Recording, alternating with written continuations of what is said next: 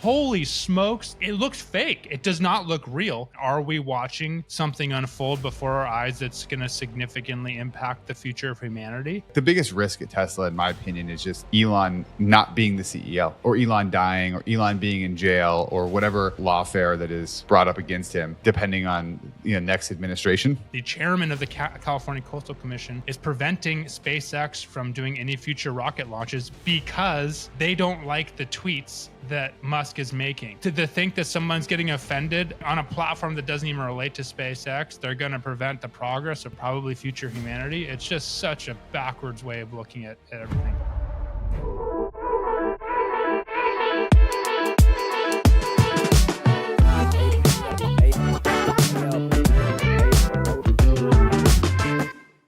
What's up, everyone? Welcome back to another episode of the Adventure Capitalist Podcast. My name is Austin Bronner, and I'm here with my co-host Cody Shirk. I'm rocked right now. This is my podcast flu game here. Are you going to show your eyes, or are you going to keep them behind the windows? I'm double pink-eyed right now. These are not going onto the internet.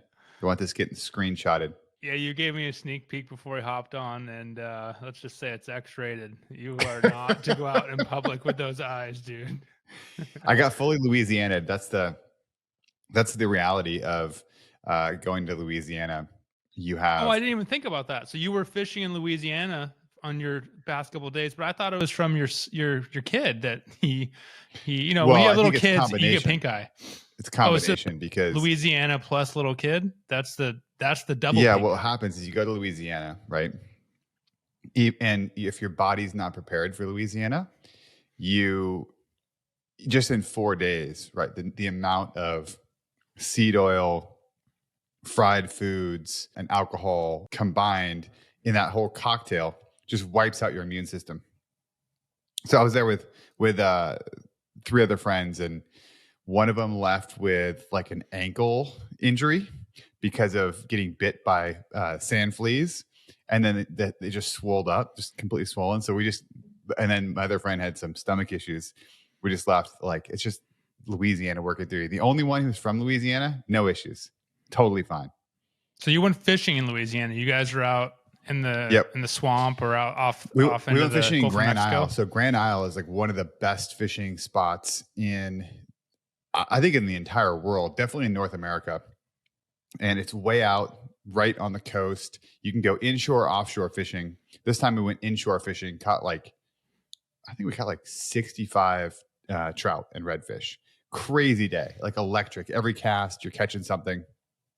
That place is one of my favorite places to fish because if you go inshore, you're catching fish nonstop. If you go offshore, I went offshore a couple of years ago. We caught, I want to say, 500 pounds of fish in a 4-hour period. It is so good. We caught all these wahoo. We caught bonita. We caught amberjack. It's some of the best fishing. The guy we went out with, he has like 6 world records, and they're all his world records. He's got them taxidermied up inside his lodge, and so you go there, you just see these fish that are like 200-pound grouper.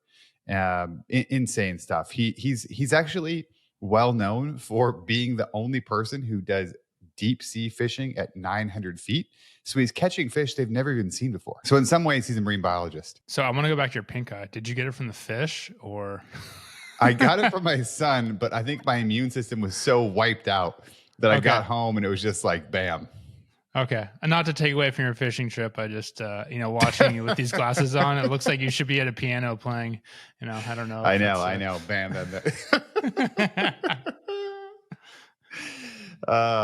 So how are you? I'm good, man. I'm good. We had the hurricane that we're still kind of recovering from locally. I'm good here, but give us an on-the-ground report, because last week we said, Milton's going to basically remove Florida from the map, and then it didn't.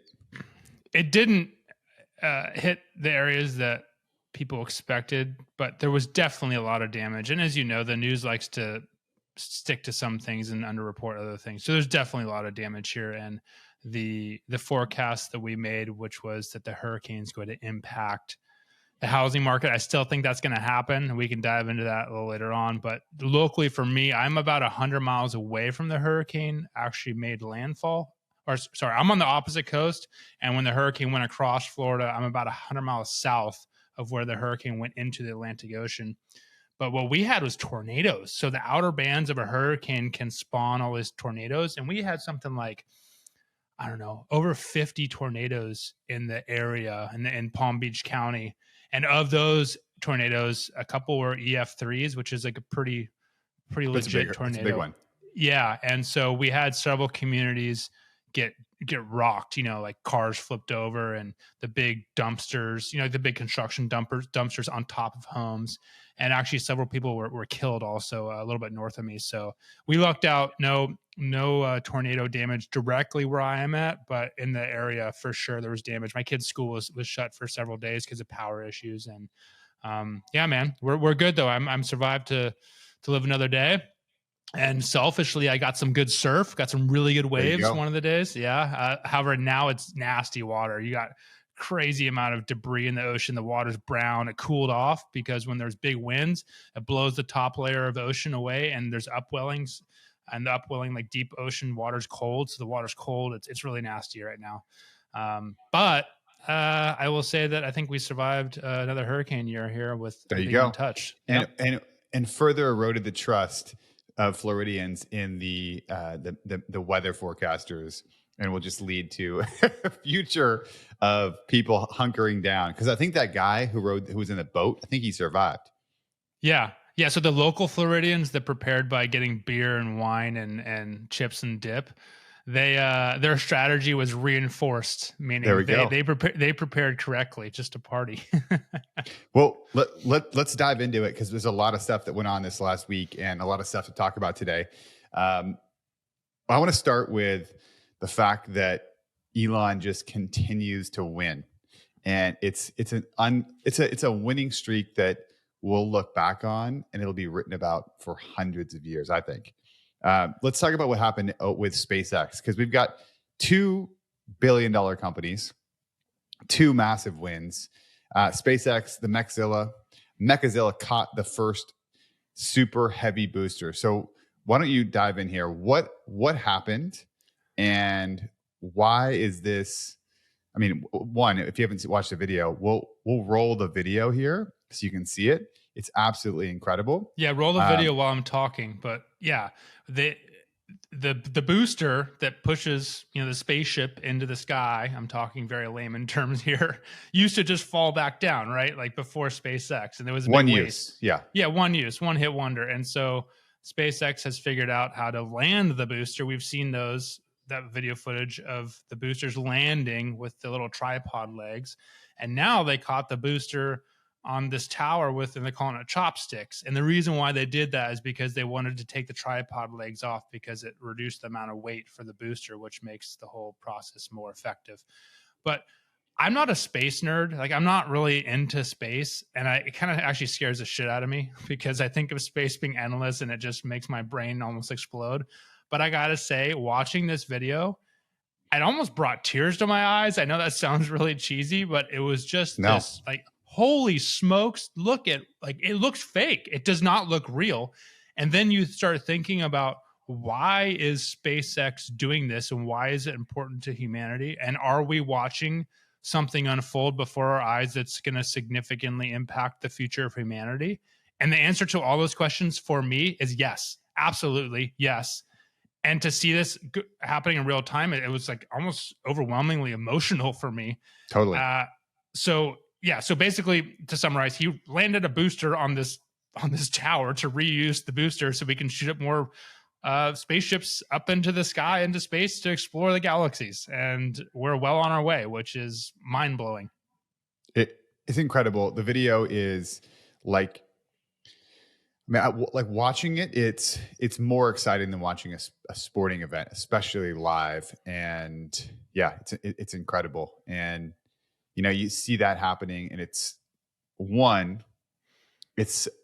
in such stark contrast to a lot of the like news reports about Elon, as he's kind of like villain number one right now. But you can tell from all the people that work at SpaceX This was an incredible achievement for them. People were clapping, screaming, celebrating. It's so impressive. And for me yeah, also, it made me think how stupid all of the conflicts going on globally are right now, like the wars. And I'm not saying that, obviously people are losing their lives, so it's a very serious thing going on globally. But then you look at a video like that and you think, like, how are we as humanity so stupid to be doing these things that are so backwards, just driving us in the wrong direction? And then you see this other thing, which is landing this rocket on the tower, and you're like, it's just such a stark contrast. And it's like almost like, whoa, where should I be paying attention to? And like, what should I be doing in life? Like, what's most important right now? So it was really like kind of shook me to my core. really, really impressive. And then let's also at the same time, so Elon's winning with SpaceX. Then on Thursday, there's a California Coastal Commission decision by the chairman who cited his posts on X about the elections, transgender issues, and other issues as the reason for denying applications in California to increase launches. So what happened there, Cody? So California Coastal Commission, if you're from California like I am, California Coastal Commission basically regulates the development along the coast of California. And my parents tried to build a home about 20 years ago. It's a racket. And I know the intention of the California Coastal Commission is to protect the coastline from overdevelopment and keep California beautiful. But what it's turned into is this very corrupt organization that certain people get to build if you pay them off. And I could go down a rabbit hole there. But the point is that it's this entity in California that regulates the development along the coastline. Fast forward, the chairman of the California Coastal Commission is preventing SpaceX from doing any future rocket launches because they don't like the tweets that Musk is making. I mean, that's just highlighting the just absurdity of California. And I know to think that someone's getting offended about what Elon's saying on a platform that doesn't even relate to SpaceX, they're going to prevent the progress of launching spaceships into space that will directly affect the United States and probably the world and probably future humanity. It's just such a backwards way of looking at everything. So I'm going to stop because I'm going to start going off on some tangent with a lot of F-bombs. So I'll stop. Elon scores 1 point, California loses a point. And then for the second, in the same week, Tesla unveils the robotaxi, the cybercab, unveils the robovan and Optimus. And it's interesting because I've been in, I've got another group thread where we just talk about investments and we're always chatting about stuff. And earlier in the week, one of my friends was like, I'm thinking about going just all in Tesla before the event. And I was like, that's actually in our minds, we're like, that's a good idea.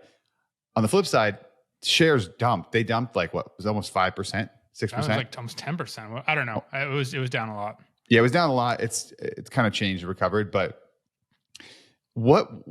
first of all, talk a little bit about I would love to hear your thoughts on the taxi robovan. I was in Louisiana, so I was not as plugged in this last week.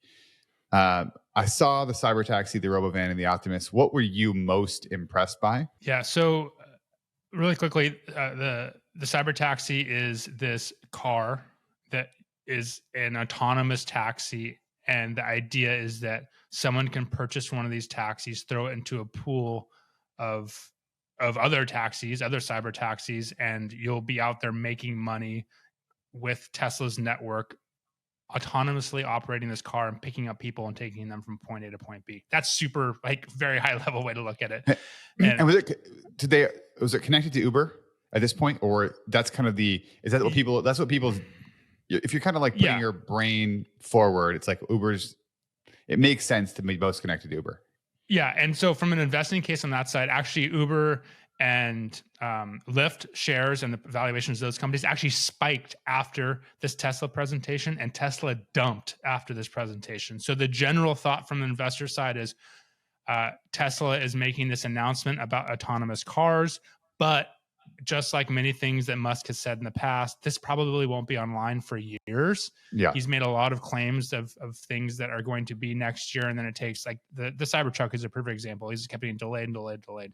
So meanwhile, Uber and all the ride sharing apps, their valuations spiked like big time after the presentation. So I think investors were saying, cool technology, Elon, but it's not ready yet. What is ready are the platforms that already have the users, that already have the customers. And if they're able to implement those customers to this autonomous world of vehicles just driving around, they're going to see the biggest gains, which are, again, Uber, Lyft, those types of ride sharing companies.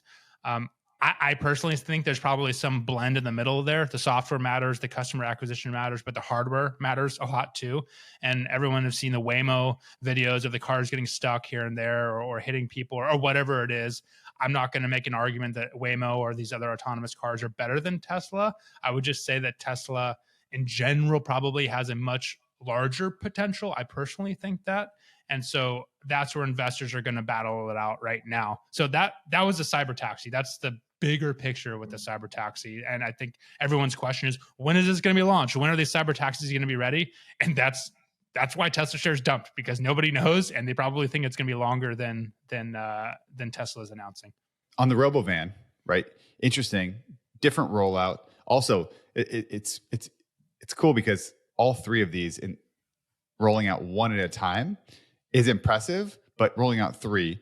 So talk about the RoboVan. What RoboVan, first of all, very different looking car than we've seen, kind of back Art Deco style. What are your thoughts on the RoboVan, and who is this for? It's a great question, because I think a lot of people are scratching their head. What is this for? It will throw an image up. A lot of people are saying it looks like a stapler or a toaster on wheels. And then there's some people saying, oh, this is from the movie I, Robot. It looks exactly like some futuristic vehicle. So it's a van. I think it can hold up to 20 people, and it's autonomous, all the things that you would expect coming from Tesla. It's very futuristic.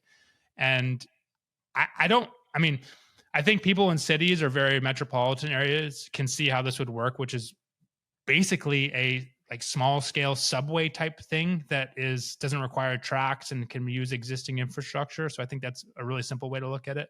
I think someone in a more rural area has a harder time like putting this into context of how this is going to affect my life. I think in general, it probably is going to fit somewhere in between there, meaning it's not going to directly disrupt subways like New York City, but maybe the ride from New Jersey into New York or something like that. I think that's where this van is going to eventually be implemented. But I think this is another one of those Elon Musk dreams that will eventually probably disrupt things enormously. But in the short term, it's going to have a really hard time getting market penetration and getting people to buy into what's going on here. I don't know. What do you think about the whole van? I mean, I think that in the US, trains and train travel lost a long time ago, right? And in a sense, public transit lost as well. And when I say that, it doesn't mean that, there's going to be no public transit. It's just what we consensus think of as public transit that actually is pretty effective in countries like in Europe and also in Asia.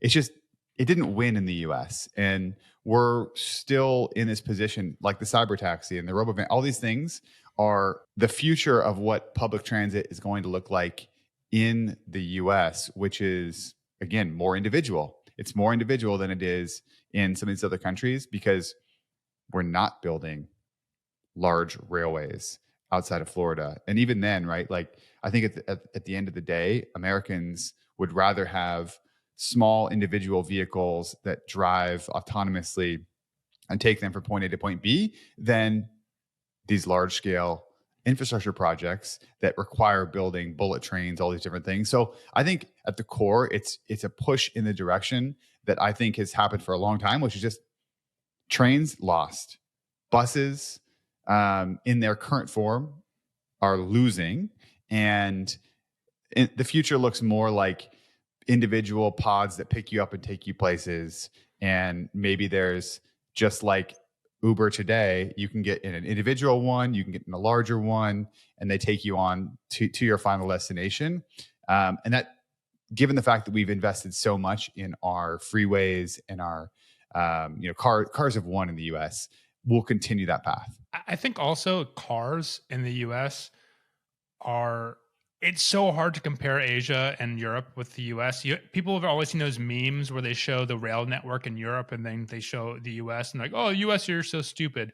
And if you just look at the map, it looks like, oh my God, the US is stupid. But there's some key things that are really different, and it's an apples and oranges comparison. Number one, the US is just big. It's much bigger than people really understand until you get here, because I have European friends or out of towners that come from outside and they go, oh, I'm going to visit Vegas, LA, San Francisco, and then I might go like hike in Utah for a couple of days. And I'm like, oh, how long's your trip? Like, oh, I'll be there for a week. I'm like, what are you talking about? Like, you're not going to cover that much ground. People assume that going to the US, you're just hopping from city to city, but the US is just so big. And then we have some geographical, components like the Rocky Mountains or these huge expanses of desert that just don't really make sense to have a train going across. Not to say that the US hasn't underinvested in public transportation, because that's certainly true, but it's just not an exact comparison. Also, just the fact that the US is much more freedom oriented. People literally left Europe hundreds of years ago to come to the US to be freedom seekers. So there's a core personality within the US culture that's different than other parts of the world.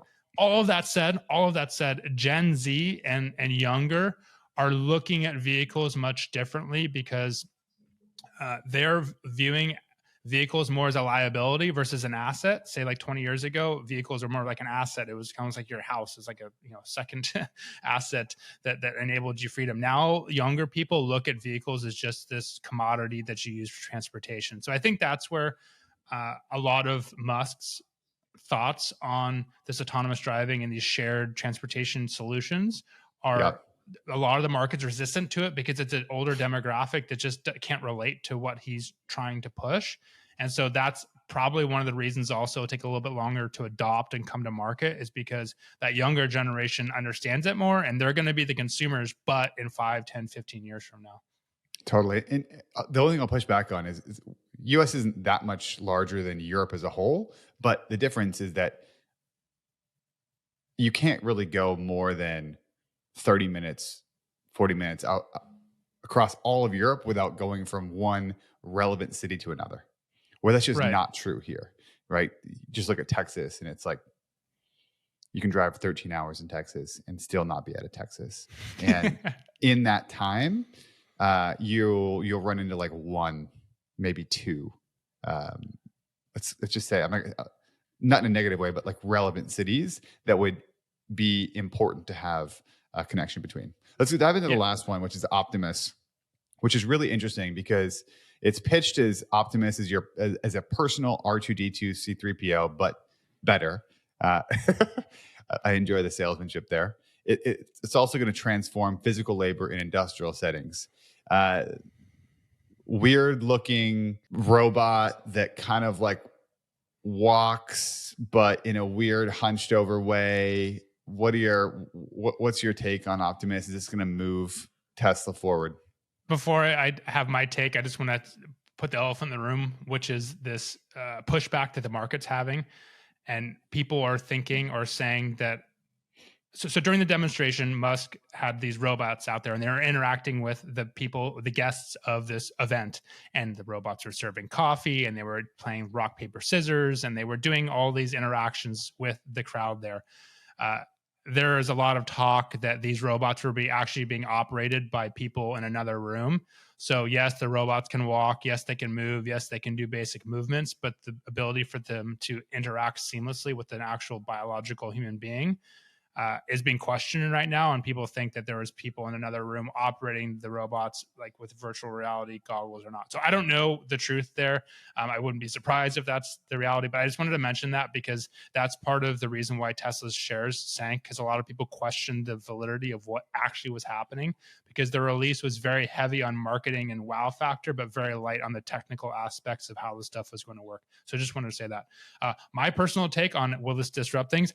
I mean, hell yeah. If you have a robot in your house folding laundry, scrubbing floors, making meals, doing the stuff that bogs you down all day and that you don't want to do, like, of course it's going to be a huge disruptor. It's going to be a disruptor in ways that I don't even think I can comprehend. And the amount of productivity that we will have as human beings, if everybody has their own personal assistant, it's kind of like hard to believe. Maybe we'll just be these fat people like in mediocrity or idiocracy where we don't even do anything anymore. Robots are just doing all this stuff for us. So yeah, I think it could be a huge disruptor. And it's hard to even imagine where this will go. Last thing, I think a lot of people, just like the cars, are creeped out by this. I think especially the older demographic is like, what? This human-looking robot's going to be in my house? What's going to happen when AI takes it over and starts to kill me or starts to rip my face off? I think like, that's a very on? fair point. It's the first thing I thought. It's like, do I want one of these things in my house while I'm sleeping? Right. And it's a real fear. You're like, okay, especially, which we'll get into in a little bit, about was kind of cyber war and cyber attacks and, these things potentially being taken over. Musk was saying, oh yeah, this will be a great babysitter. And, you and I have kids. I don't want a robot babysitting my kid right now. No. I don't know if I'll ever feel comfortable with it. I really don't know. I don't want a robot. I don't want Elon Musk babysitting my kid. You know what I mean? It's like, yeah. It's interesting. I think for me, my big takeaway on this is that even though shares dropped, like long term, it's so exciting and compelling what they're doing at Tesla and what they're doing. Like the biggest risk at Tesla, in my opinion, is just Elon not being the CEO or Elon dying or Elon being in jail or whatever, lawfare that is brought up against him. And depending on, next administration. But long term, like there's really no other companies that are pushing the envelope in such a public way that has an impact on the mainstream. There's a quote by Naval. He said in 2017, he recently reposted it. He said that Elon Musk makes himself question how big and how future forward he thinks, and the scale at which Musk thinks and then executes is beyond anybody in our society that is at his scale and wealth. So there's anybody on the planet. Yeah, there's a tremendous key man risk with Musk for Tesla, for SpaceX, for the Boring Company, for Twitter, for XAI, for whatever project he's going on. Like tremendous key man risk. I will say though, I have never invested in any of his companies. I've been pitched in secondary markets his shares all the time. I bought 100 shares of Tesla the day that the stock crashed after that release. I said, you know what? I'm not really viewing this as an investment. I'm viewing this for me personally. I just love what he's doing at this point. We have to have risk takers. We have to have people pushing the envelopes, and the governments around the world are going backwards. We need somebody to fight against this backwardness. And if he's the guy, I at least want to be along for the ride and say that, hey, I'm owning some part of his company, however small it is, just to say that like I'm along for this ride and to support what he's doing. I agree with that. And I actually think long term it's going to be a great investment. Yeah, who knows? I'm along for the ride. The worst trade you could make was just betting against Elon for the last decade. Yeah, truly. Right when I jump in, it's gonna go the other way. But I don't even care. I said right when I jump into the investment, it's gonna go the other way. But I don't even care, honestly. This is my smart little token of just saying, hey, you know what? Like we need people like him. We need risk takers. We need people moving humanity forward, and he's doing it. I agree. So I want to move to a different topic here, which we've kind of been going back and forth on. Really, like the big question we've discussed this on a few episodes is one: are we already in World War III? Right? Are we already at war? Let's just say with China, with Russia. And I want to go through some of the stuff that happened this week, and then go through kind of a larger topic because it's very interesting, and I have some thoughts on what's happening. So first of all, the big news from the week was that China hacked some of the U.S. telecom networks. So I'll give kind of a little breakdown on what happened, and then we'll dive into what happened, why it matters, and how to frame it in kind of a larger perspective of U.S. versus China and what it means for all of us. So federal authorities and cybersecurity investigators are probing the breaches of Verizon, AT&T, and Lumen Technologies. A hacking group known as Salt Typhoon, that's tied to Chinese intelligence, is believed to be responsible. And the idea is that the compromises may have allowed them to get access information from systems that the federal government uses for court authorized network wiretapping results. So basically the fear is that they were able to get information about the US government's efforts to surveil Chinese threats, including stuff the FBI is doing. Yeah, so the wiretapping that we're doing, they were able to see the wiretapping that we're doing on them. It's like this meta wiretapping circle. I just want to be clear about that. It is an insane wiretapping circle. It's like, hey, in a way, I know what you're thinking. Do you know what I know? What you know? What I know? What you're thinking? And that's like literally what's going on. Exactly. So there's this. There's also other hacks they talk about that they've been more quiet about, but have been focusing on infrastructure, ranging from U.S. airports, energy providers, water treatment systems. And I'll just read this quote because it's interesting, because in the wiretapping circle, it says, if Chinese intelligence operatives were able to get access to the government's foreign intelligence surveillance systems, either with the ability to identify all or a significant portion of the targets under collection, it would be a counterintelligence failure of the highest order. So, and this is a former White House national security official. Very interesting, right? We've got our own espionage efforts going on. They're countering our espionage efforts.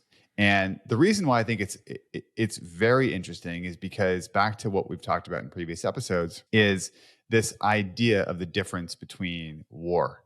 And so I brought this up a little bit on a previous podcast, but I'll dive into it a little bit more. There's one thing that's very interesting, which is the Chinese follow something called the three warfare strategy. And the three warfare strategy, at the core of this, it's to maintain a position of non-war war. And so for people in the West, there's this idea that war prevails when peace fails. And for China, it's the opposite. China, their three warfare strategy succeeds because it's war disguised as peace. And the whole goal of the Chinese doctrine is to keep the US war switch off. And it's obvious when you think about kind of how we think about in the US, you're either at war. Are we at war with China? We're even having this question right now, which is, are we at war or are we not at war? Did World War III start or did it not start? And for them, their whole goal is to maintain the US thinking about that question. Are we at war or are we not at war? And there's really three main components of this. And I want to talk about this because there's psychological warfare, media warfare, and legal warfare. These are the three kind of warfare strategies to maintain non-war war. And psychological warfare, good example, cyber espionage. What's happening when this is a perfect example of how they're using it. So they're doing counter espionage. And what are we thinking? We're like, well, what did they steal? Did they have information? Now we're getting nervous. We're second guessing, thinking about what did they get? Other examples of psychological warfare that they're doing in the South China Sea, for example. They are very, very aggressive with their ships, with their on the edge brinksmanship of, let's say there's ships down there and they will either ram ships, they'll do flybys, all this stuff that is kind of meant to intimidate.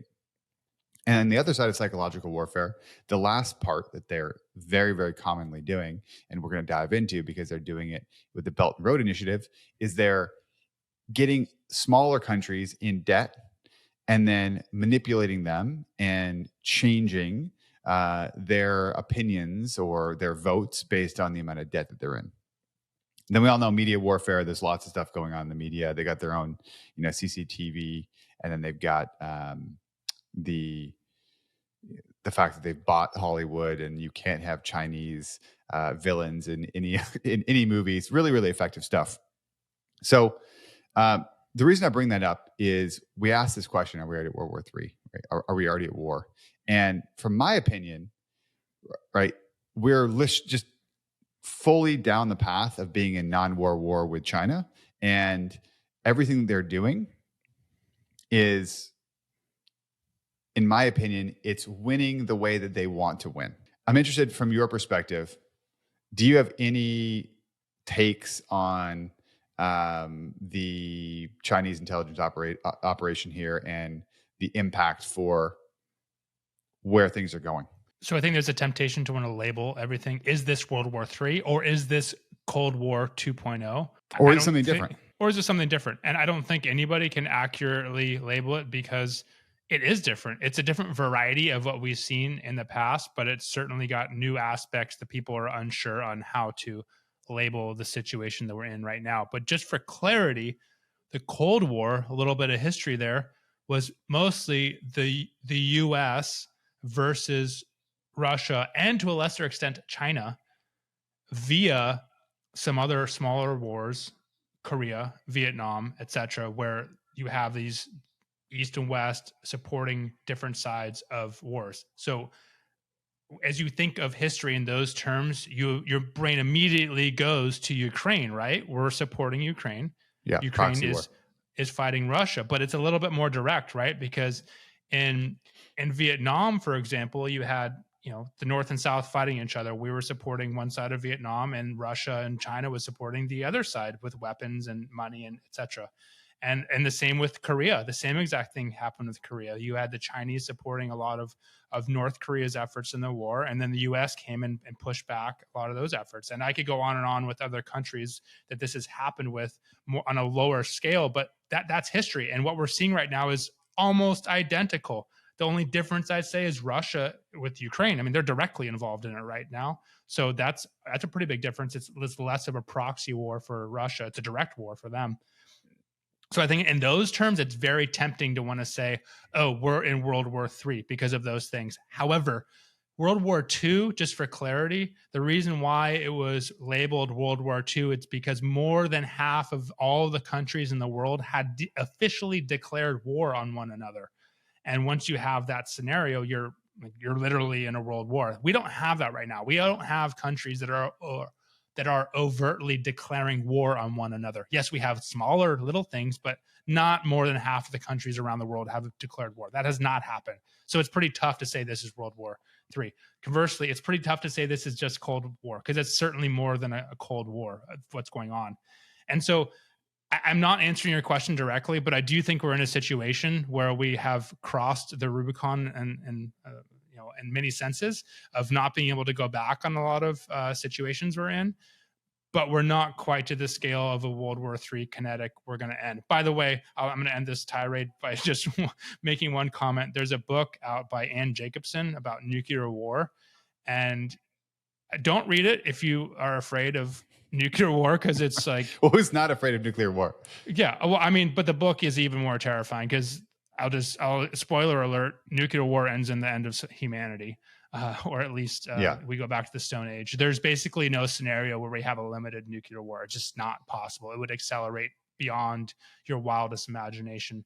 So the reason I bring that up, though, is because the idea that we're going to have a global kinetic war is almost pretty low because you have so many superpowers and even smaller powers that have nuclear capacity now, that the idea that we would go to that level is unthinkable because the world would be done. So what are we in right now? I don't know. World War III, Cold War II hybrid? Hard to say.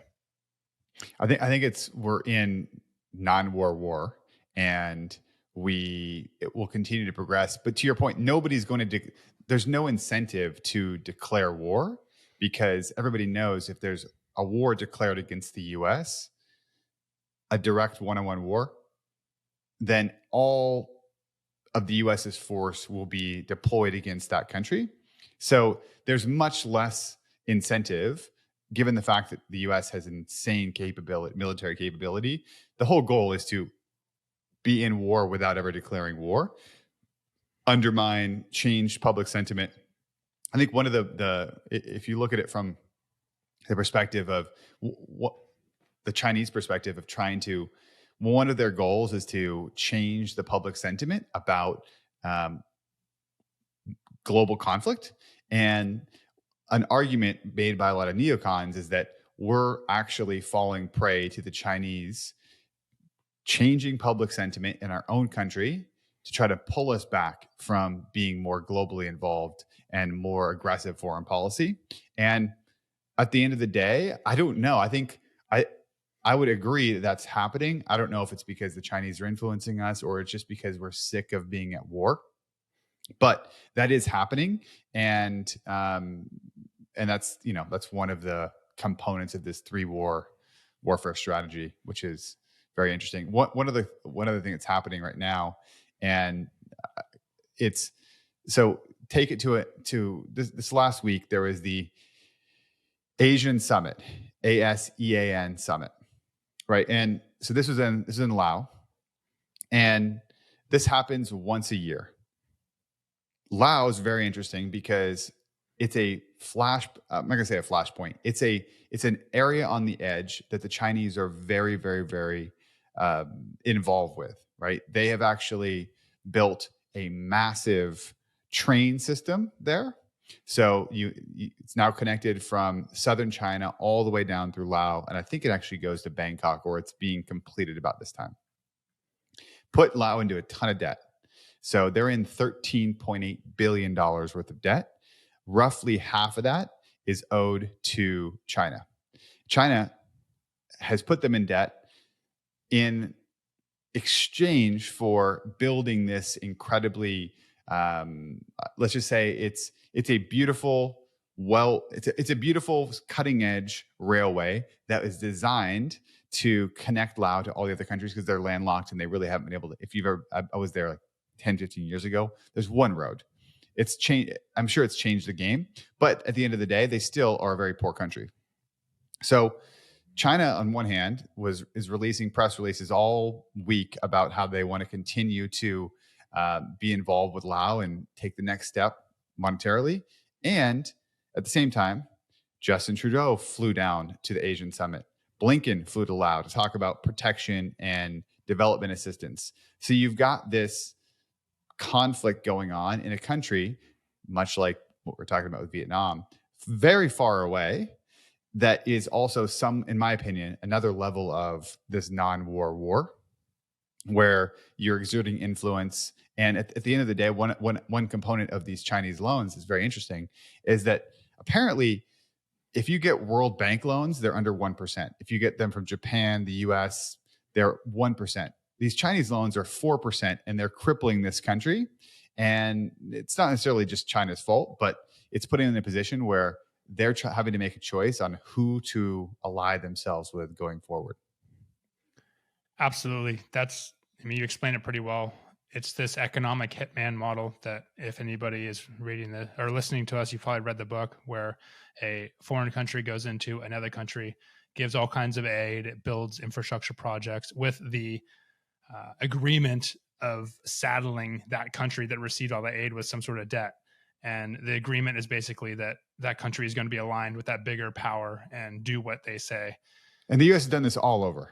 The U.S. is the king of this. And I would say that China more or less is copying the U.S.'s strategy, which the U.S. has successfully executed. I'm not going to say it's been clean, because there's been all kinds of failures. You can go to Iran, almost every single country in Central America, throughout the Caribbean. Everywhere. The U.S. has, as a whole, successfully executed this in the best interest of the U.S., but it's been a dirty process. And China has been doing this for the past about decade or two. And Laos is a perfect example of how China has gone in, saddled them with debt, built a lot of these projects. But China's not as good as the U.S. has been. And there are many countries that are kind of like not sure what to do here, because China's been pretty rough on the terms. And now there's this time period where these countries either have to pay China back, or they need to give China something, usually resources. Laos does not have the money. They're almost bankrupt as it is, and they owe billions of dollars to China. What's going to happen here? And I think that's happening in many countries, especially throughout Africa, where China has saddled a lot of countries with debt. And the end result here, if you're wondering what's going to happen here, it's going to be bad for a lot of countries. This is where conflict breaks out, where countries can't pay back other countries, and then the country that owns that debt is going to go in and take something. So it's pretty scary. I was reading Laos at 20, I think it was almost 25% inflation this year, which, we think inflation's bad in our country. It's been like 25 year over year, gnarly stuff. And that, at the end of the day, inflation creates a lot of local disruptions because people just start getting frustrated, right? And at the end of the day, like you can do whatever you want and try to control your country, but when the people aren't happy, uh, often that leads to some sort of a change. And I find it interesting because Trudeau went down there. They announced a $128 million package that of funding for Laos, with the majority of the money going towards environmental protection and combating climate change. I really wonder how impactful that is, right? It's one of those things where it's like, okay, it's a big number, 120, it's not even that big of a number, but in Canada's perspective, it probably is a pretty big number. But one of the things that I worry about is that we're making decisions that are based on a perception at home versus what's more valuable on the ground to the people that you're trying to provide funding for. And my take is that it's probably not the most effective way to curry favor with people in Southeast Asia to provide them environmental protection and combating climate change. They've got other challenges going on. If their inflation rate's at 25% and they, people aren't feeling their life progressing. I agree, and I will make somewhat of a pushback on that a little bit because the US right now is going around to different countries to push the green revolution agenda, which is, hey, you need to develop processes within your country to lower the greenhouse emissions that are coming from your vehicles, et cetera, et cetera. But below that strategy, the US is also creating these relationships with countries to gain access to certain minerals. For example, as the US is going to Argentina or Chile, they are saying all of these great things about lithium because lithium is used in batteries and is part of this green revolution. And it sounds nice in press releases that the US has this great agenda to clean up the earth, but the US is also getting access to resources that is going to enable the United States of American empire to be prosperous for the next century because there's going to be access to key minerals and metals that are going to literally energize the economy of the United States. So your basic take is like on the face of it, it's actually self-serving. Well, on the face of it, it doesn't seem self-serving, but it's actually self-serving because by going and pushing environmental protection, combating climate change, and getting these other countries to commit to using green revolution type vehicles, and then the US either is producing them, buying the minerals, using those minerals to then create finished products. Back to what we started at the beginning. I mean, Tesla. Yep. Tesla is a U.S. company. Yeah, U.S. company. Exactly. And you go back in time, let's go back a century ago. This exact same scenario was happening with oil. And, you look at Iran, the Brits were in Iran basically ruling that country. Eventually, Iran gained back some of its power, but then the US came in and overthrew the Iranian government and put their own puppet into Iran. And this is in the 40s, 50s, and 60s that this all transpired, and it had to do with Iran having an enormous amount of oil. And the reason why the Brits cared about oil in the early 1900s is because the Brits' access to the Iranian oil during World War I is really why the Brits were so successful. They were fueling their ships for free on the backs of access to Iranian oil. And you fast forward several decades, and it was the same for the US getting access to oil in Iran. And then I could replicate that story with many other Middle Eastern countries over the past 50 years up until now, 2024. We've seen this story over and over again. The difference now looking forward is that we're probably going to be using renewable resources. That's not to say we're not going to generate electricity, but instead of burning oil in our cars, we're going to be storing energy in our cars with batteries, and electronics are going to be consuming all these rare earth metals and lithium and cobalt and graphite and all these things. So that's what the US is doing right now to secure all these materials that the U.S. empire is going to need for the next century and beyond. It's interesting. So basically, I mean, we could see your prediction is we can see some people getting swapped out who aren't pro environment. Absolutely. And Yeah. and that not just people, but countries and trade routes. And exactly. I think, Like presidents getting swapped. Yeah. And for investors, if you're listening to this sounds scary, but this is an enormous opportunity. Imagine a supermarket that's been, every single item has been on the shelf in the same exact spot for 50 years. And then you just went into the supermarket one night and you switched everything around, but you didn't change the price tags. All of a sudden, all kinds of shit is mispriced. There's stuff that's on sale that shouldn't be on sale. There's stuff that's way too expensive that shouldn't be expensive. There's stuff missing. There's stuff that needs to be supplied. It's a total cluster F. And for investors looking in the world right now, that's what's happening. There's this reshuffle and there's going to be a lot of people that get screwed over, but there's going to be a lot of people that like land into these opportunities that are once in a lifetime opportunities. And I think that's where we're going to be looking. I mean, personally, that's what I'm doing right now. I'm looking for these opportunities. Yeah. I mean, you've been talking a lot about different minerals and metals and the fact that they're just mispriced compared to historical levels. And it's interesting. I mean, it just goes to show like there's a lot, I think, riding on the upcoming election, and I'll be interested to see how the foreign policy evolves and changes. You can kind of see the plan. Blinken's all over the place. He's all over the place. He's all the time on the road, meeting with people, talking to them about protection, talking to them about assistance, and we'll see what happens going forward. But interesting. Blinken time. was just, the U.S. State Department just released this announcement like a day ago that we now are starting annual discussions with Papua New Guinea. The U.S. has never had annual discussions with this country. This country is basically not mattered at all to the U.S. But you know why it matters right now? Because Papua New Guinea has a ton of gold and metals, and they're one of the largest LNG producers in the world.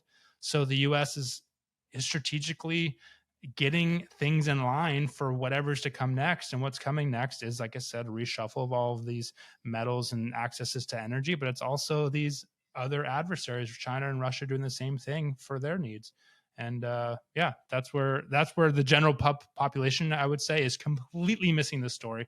And a lot of people are going to get run over by this change that they don't see happening. In a way, it's like, don't fight the Fed, right? There's always the saying, absolutely. Don't fight the Fed. Don't fight the U.S. government and where things are going, because if that's their plan, prices are going to, they're spending billions of dollars in real money and in man-hour efforts to go around the world and do things right now. Is the U.S. wrong? It could be wrong, but it doesn't matter if it's wrong, because the economy and finances will follow a lot of this trend. And when I say wrong, I mean, like, is it morally, ethically wrong? It doesn't matter. Maybe you may disagree with it, but this is the direction things are going right now. For sure. Well, another good episode. Lots of stuff going on in the world right now. Lots of interesting things happening. I'm fully landed here in Oregon. It feels great. As you can tell, I'm wearing my Pacific Northwest flannel. You got your West Coast hipster vibe going on, even with the glasses. I know you're trying to protect your eyes, but I feel like you could do every episode of these glasses. I'm not trying to protect my eyes. I'm trying to protect your eyes. That's true. From my eyes. All right. Well, we'll see you in the next episode. Thank you guys for joining us. We'll talk to you next week. See ya.